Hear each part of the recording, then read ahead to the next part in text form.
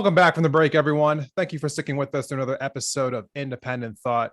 My guest here today is David Walker. Thank you so much for joining the podcast today. How you doing? I'm doing all right. And yourself? Not doing too bad. I found David on Twitter a few months back. He had a podcast that I was checking out a few episodes of, and I wanted to get your take on a few different issues, bring you on the podcast. The first thing I want to ask you, as a fellow podcaster, it's always like my tradition to ask other people about their podcast when they come on the show first. But I noticed that you had recently canceled your podcast. Would you like to tell me a little bit more about like why exactly that took place? So not really canceled, but I suspended it indefinitely. I don't know if I'm going to return and do it. I want to plan on doing it in the near future, but my priorities just kind of reshifted. Major life change happened in my life where my girlfriend moved in, and there was a lot of like risk and reward talk about like me being in the political sphere in general. And like it's very high risk, especially in today's society where like anything that you say could be used against you in social media and stuff like that. And I just kind of value my livelihood right now over just having to say whatever I want to say on social media just in general. So the risk became greater than the reward that allowed it, basically. Also, with Twitter, I had to take a mental health break in general.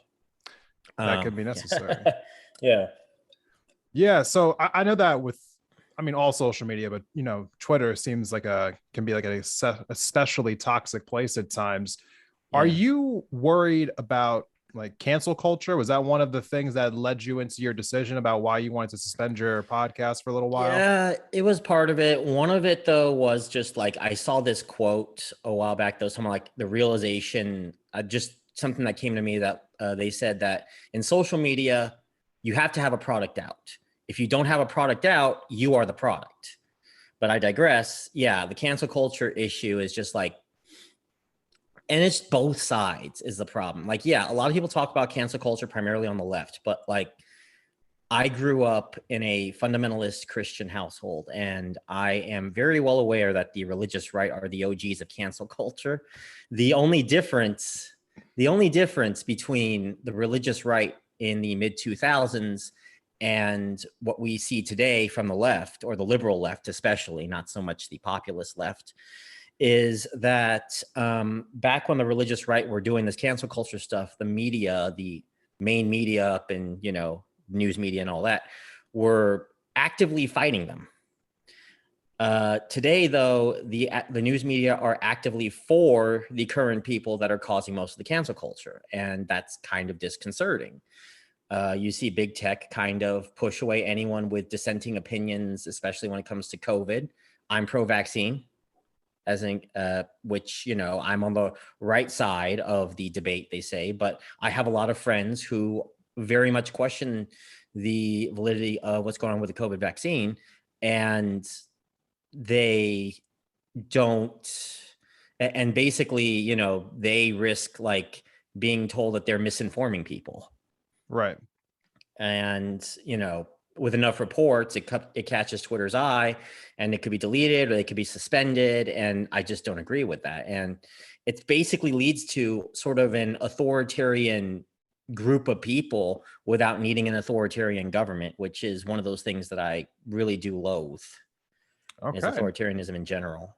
No, I understand where you're coming from. And, so being aware of what you're saying at all times is incredibly hectic. I know that personally for me, I'm always very careful about what I try to say on a podcast. It is right. It's mentally taxing after a while. So I Right. don't blame you whatsoever for wanting to take a break from all of that. But let's kind of shift gears a little bit to what you are working on these days. Because you told me that you are working on a project now where you are trying to do something with our voting systems here in our country. Tell me a little bit more about the project. So it's technically a ballot creator. The user will have an ability to choose between different voting systems, and they can use any topic. Like it's originally meant for it's originally meant for politics, for people to make straw polls if they want to do it, but they could do something like, what's your favorite pizza topping? Okay. I know they did that for the state of New York to show an example of ranked choice voting, but I want to show many different types of voting systems. So I have your normal first past the post voting system. There will be ranked choice voting. There'll be approval voting. There'll be star voting. Star being score, then automatic runoff. There would be straight score voting. And I plan to have about a dozen voting systems available by the time I'm done with it. But my plan is to, upon release, only have 4 out, which will be normal, approval, star, and score. And Okay. then hopefully have ranked choice voting out as soon as possible as well. It's a little bit wonkier than the others. Now, why is this something that you wanted to invest your time in? I mean, I know that elections and voting is very important for Have you everyone, but seen our voting systems lately and how the and how they have basically set things up so that there's only 2 real parties? And I really true. want to see a voting system that can sow the seeds, maybe not today, maybe not tomorrow, maybe not even a generation from now, but someday a good candidate, a good independent candidate can rise up and actually win the presidency or win a major office somewhere and actually kind of change people's minds. I'm honestly getting sick of the 2-party system in general. I really am. Right. I'm tired of having to choose between Tweedledee and Tweedledum. Uh, I'm tired of having to deal with uh, people who are, people who promise everyone the world and then just does the same old status quo. Um, Now, sometimes status quo is good. I'm not a complete populist. I do believe that there are certain, I'm a little bit of everything in a way. Yeah. But I do think that the direction that our country is going right now is the wrong way. And much of that to blame is our voting system that basically makes it so that we only choose between Republicans and Democrats. That's true. That's true. And, especially in a swing state, that is, it seems even more polarizing because for a lot of Right. people in this country, people live in either a solid red state or a solid blue state. So they might feel a little more comfortable voting third party because the state's pretty solid in one color or another. Right. And You, North Carolina is probably going to be the swingiest of those states. right. In 2020, we were the closest to Trump losing a state that he won. I think it was like 1.4%. And it's expected to be pretty heated for 2022 as well for the North Carolina Senate race with Richard Burr retiring. Right. So, yeah, as a person who lives in a swing state, in a state like North Carolina, you were telling me that you were considering possibly voting Republican in 2022. Can you explain to me a little Yes. bit why, you're kind of leaning a little bit more towards the Republican Party right now? Okay. So there's a particular reason I'm doing this for senators and Congress offices only. And it's because when we send our US Senate and US congressmen, they are representing us in the country. So if I voted for a Democrat, those Democrats, even though I like the Democrats in North Carolina better than the Democrat Party nationally, because they seem like really good people. Jeff Jackson, Erica Smith, they seem like pretty swell people compared to like a lot of the Democrats I see in California, New York. They still will have to answer to your Pelosi's, to your Schumers, to the big cities up over there that probably don't really care about the guy that's in rural North Carolina just trying to make a living. And in my opinion, if it's just to represent and to stop certain issues that I see that are critical, like in my opinion, I see Asian American violence explode under the Biden administration. Yeah. I see hyperinflation. Well, they call it hyperinflation, but let's be real here. It's 5 to 6% inflation a year. Zimbabwe, Venezuela, they kill for 5 to 6% inflation, but we'll call it hyperinflation just in this case here. Inflation going much higher than normal. Let's go that way under the Biden administration. And of course, the cancel culture that we talked about earlier, amongst a few other smaller things. Yeah, I mean, I would need a Republican up there that I might think is a terrible human being, but will probably put a stop to some of the wilder ideas that I see in like social media from the liberal left. Right. So you had told me before that you feel as though you would characterize yourself as an independent. Right. And now we are seeing a rift in our country between people who identify themselves on the left and on the right. How does Mhm. this affect people like you who, again, identify yourself as being an independent? Well, for one, if I back a candidate who's a Republican or a Democrat, I'll get dragged to this group and expect to think that this person is 100% right. And we have to think up ways to hurt the other side just for hurting the other side. And which is the reason why I kept saying, like, even, you know, I actually wrote this on my personal Facebook to my closest friends, actually just today. Even if I voted Republican, I'll never let you know. And the reason why is because I don't want people, let's say Pat McCrory, that's the current leader in the Republican nomination, wins the nomination. I ain't gonna tell a soul that I'm voting for McCrory. I think he's a terrible human being.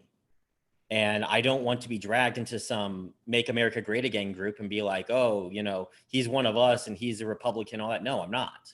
I'm only, to me, his what he represents is the type is I just want him to stop whatever, you know, the more fringe pieces of the National Democrat Party in those places in California, New York, not because I like him as a person. Right. If this were for running the state, like a governor spot, I'd be voting Democrat. I wouldn't even be considering the guy.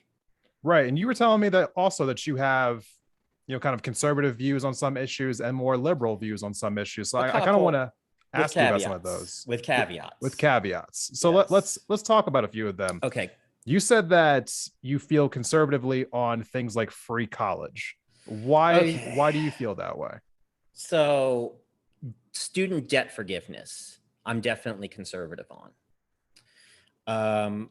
To me, those that push the idea for student debt forgiveness are ignoring the people that had either one, they paid for college in full, or two, they sacrificed one or more of, you know, a passion that they wanted to follow, the college experience in general, or their dream college in order to graduate debt free. Like, for example, you know, imagine if someone wanted to go to Ohio State or something. You know, it was their dream college, but it costs, like, you know, they're out of state. It's out of state, and it costs them like I don't know, 30,000 a year. 20, 30,000 a year. So they could wind up 80, 90,000 in debt, or they could go to their local college and basically graduate with nearly no debt at all.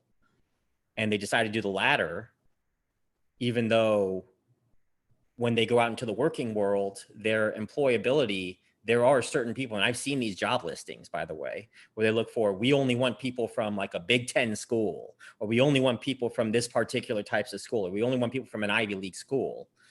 And well, if they went to Ohio State, even though they paid 100,000 in debt, they would be eligible for that. But if they went to their local school, they wouldn't be eligible for something like that, and it would leave them less employable. So they sacrificed employability, and now they're being told that all that sacrifice was for nothing. And Okay. that's a big reason why. And in my opinion, that plus I feel like it would support bad financial habits that would have long-term effects. I feel like that would eventually drive us into a eventual credit crunch down the line. Like, people are going to think, well, you know, it doesn't matter how much I spend as long as, you know, the government will take care of me. And I think that that's just bad. That sets a bad precedent, in my opinion.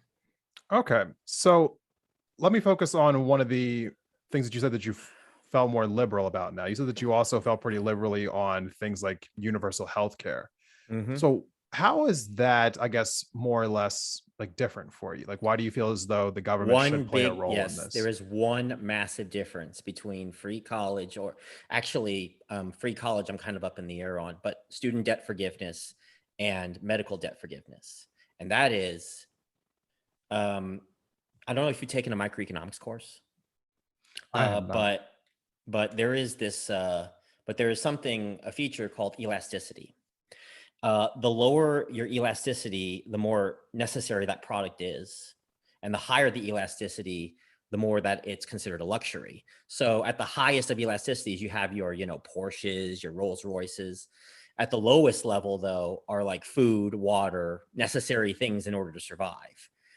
And if a product is high in necessity, like healthcare, people will be willing to pay just about any price to get in. And in my opinion, healthcare is such low elasticity, especially today with everyone sick as it is. It's become a necessity that the government, in my opinion, should at least have a hand in providing.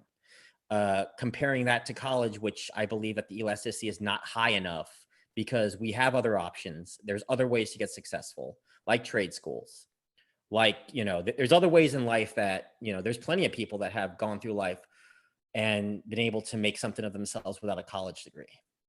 And that would be the big difference. Whereas if you had a chronic illness and you needed the medicine to survive, particular medicine to survive, you're kind of, SOL. You can't really produce in the economy when you're sick, but you can produce with, I'm sorry, I had just had dinner too.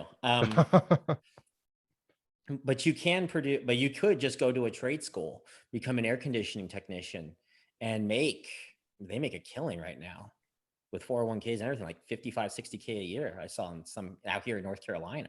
Right. So so college is just one pathway to being successful. Whereas with healthcare, the only way to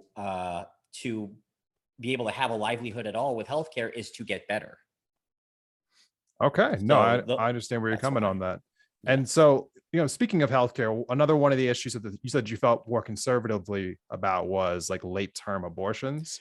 Okay, now, so one caveat to this. Yeah, I was going to say this feels like a topic that gets brought up a lot, especially by people who feel more conservatively. It almost feels like a boogeyman topic in a sense, because it is such a low number of people who actually get late term abortions. Yeah, so I was actually told this in between your pre-screening interview with me and this. I was actually told that actually with my system that let me just start from the top here. Right. I was at a technology conference in San Francisco, and I went to a conference that talked about the singularity. So there's a singularity of robots, and don't worry, I'll tell you how this comes around. Okay. So the singularity is determining if a robot can have consciousness or not. And they talked about what organs are needed for the robot to gain consciousness and for it to realize that it is. And they came to the conclusion that there were two organs, the brain and the heart. Primarily the brain, but a little bit the heart too, keeps the blood pumping and keeps someone alive. So I checked to see at what stage in pregnancy does a fetus fully develop a brain and heart. And I think, I actually at the time saw a bunch of different weeks, and anyone can correct me on this one because it's been a long time, but I think I remember it was about 16 to 18 weeks. It could be earlier, it could be later. I'm not 100% certain about that both the brain and the heart are fully developed. At that point, I think that it stops becoming a fetus and it becomes more an actual baby. But if it's in the case of rape, if there's going to be harm to the mother, I can't justify saying no to abortions in such cases. Yeah. And that there should be no restrictions on that still. So when calculating my entire policy, a friend of mine who happens to be on the left told me that would amount to 0.02% of all abortions that have ever been done. That right. My policy would stop a grand total of, I think, if you put the cutoff at 18 weeks, would put it at it would stop something like 30 abortions maybe a year in the US, if that. So apparently it's so rare that I'm asking for a case that's non-existent. But this is me growing up religious, and even though I'm deconverted and all that, I still have that weighing heavy on my mind here and there. Right. And so I think, I don't want to kind of get stuck in the weeds with this conversation, but I feel as though that conversation is something that when it does get brought up in a mainstream conversation, whether it's on the news or on a debate show, so on and so forth, information like you just provided about how rare it actually is almost never gets brought up when that conversation comes up. And so I'm glad that you said that just now. But let's transition to kind of like the final topic. You also told me that you felt a little more liberally about universal basic income. This is a conversation Yeah. that I haven't had too much on my podcast yet. I mean, some people have brought it up kind of in small doses here and there. I had a congressional candidate out of Texas bring it up recently, but haven't had too many talks on UBI. Why do you think that our country should have UBI? Like why are you in the pro camp? Well, I should say first off that my opinion about UBI is irrelevant. I think that UBI is inevitable in this country. I do believe that we're going to see a point where automation will replace many of our jobs, and there will not be enough jobs to replace the jobs that are being replaced by AI. When that happens, people are going to need to find a way to get a source of income. And if you have too many people and not enough jobs, well, the only serious solution I could see with that is some sort of living universal basic income that I think will eventually happen. I think, and honestly, the reason why I'm for UBI is because I see the idea of a supplemental UBI, something small, like a couple $100s a month, just be a nice starter so that people can get used to the idea, so that when that time comes that we're going to need a living UBI, we've already got the system in place. So that's one thing. Also, I feel like a supplemental UBI would give people a little bit of power to move out of a place that they don't like and go to a place that might have jobs right now. I felt like Andrew Yang, who was basically the UBI guy, was basically on the ball on that one. Yeah. And yeah, so overall, I think it can be a very useful tool, especially as I see us heading towards a world where there will be more people than there are jobs available. Absolutely. UBI is definitely a conversation that we're going to be having a little bit more on this podcast in the future. I want to give a deeper dive into it because I haven't done a full episode on it yet. It is a topic that's probably going to come up again and again as time goes forward. But I want to give a special thanks to David for coming onto the show today. I really do appreciate it. Where can people get in contact with you if they want to, follow up with what you're doing with the voting project and, and other ways to get in contact with you? So right now I'm kind of in hiding, but I will eventually be back on Twitter. So at David Walker CLT. By the time this podcast goes up, though, I should be just about ready to be back if I'm not back already. Because I think at the time of this recording, like by that time that you have published it, right, I think that I should be just about ready to be back. So you should catch me at David Walker CLT. I also have my podcast, The Walker Sessions, was also available on Coffee and Cocaine Show. There's 6 episodes. So just YouTube The Coffee and Cocaine Show, and it will be right there. The Walker Sessions. I have 6 episodes available. And I also, if you want to see what programming projects I do for the public, check out GitHub. Actually, I had just finished with a automatic golf scorer. Okay. So yeah, so it's a very simple project. I was playing mini golf with my girlfriend the other day, and they had a digital golf scorer, and I just thought it was absolutely terrible. Yeah. Because it didn't properly keep track until you had all 18 holes filled. So you had to finish the game before they told you the final score. And I was like, I could do much better than this. Right. So I made an automatic golf scorer that will keep track by hole, like what your score is. So if you're like even par, it shows E, and over par, under par, and stuff like that. And you can even customize the pars, customize the number of holes, customize the number of players up to 6 players. So yeah, and it's probably going to be even more polished than what it looks like right now by the time you publish this. So yeah, so go check that out on my GitHub, github.com. It's my GitHub is dwalker27. All right, everyone. So if you want to get involved, want to check out what David's doing, just go ahead and go into the episode description right now. There'll be some links below. So go ahead and just tap that and you'll be able to go straight to that website. So thank you again for coming on the show today. Very much appreciated. For everyone else, we'll be right back after this quick break with my final thoughts of the day. Stay tuned.